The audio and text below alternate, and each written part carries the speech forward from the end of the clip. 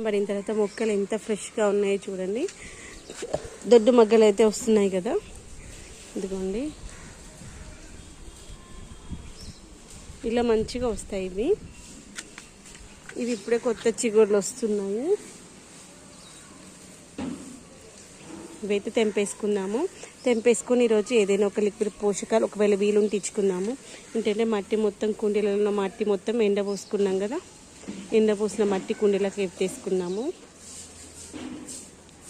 పువ్వులు అయితే మనకి ఎండ ఎక్కువయ్యాయి ఏంటో కానీ చిన్న సైజు వస్తున్నాయి చూసారా, కాడ పెద్దగా వస్తాయి మన పువ్వులు.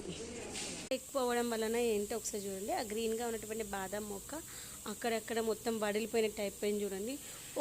ఒక్కటే రోజులో అలా అయిపోయింది. ఈ మొక్కతో పాటు మన మిద్దె తోటలో ఉన్నటువంటి అంజీర్ మొక్క, మామిడి మొక్క మొత్తం ఇట్లా అయిపోయి ఆకులైతే మొత్తం వాడిపోయాయి అనమాట. చెట్టు ఫ్రెష్గా ఉంది, ఆకులైతే ఒక్క రోజులో మొత్తం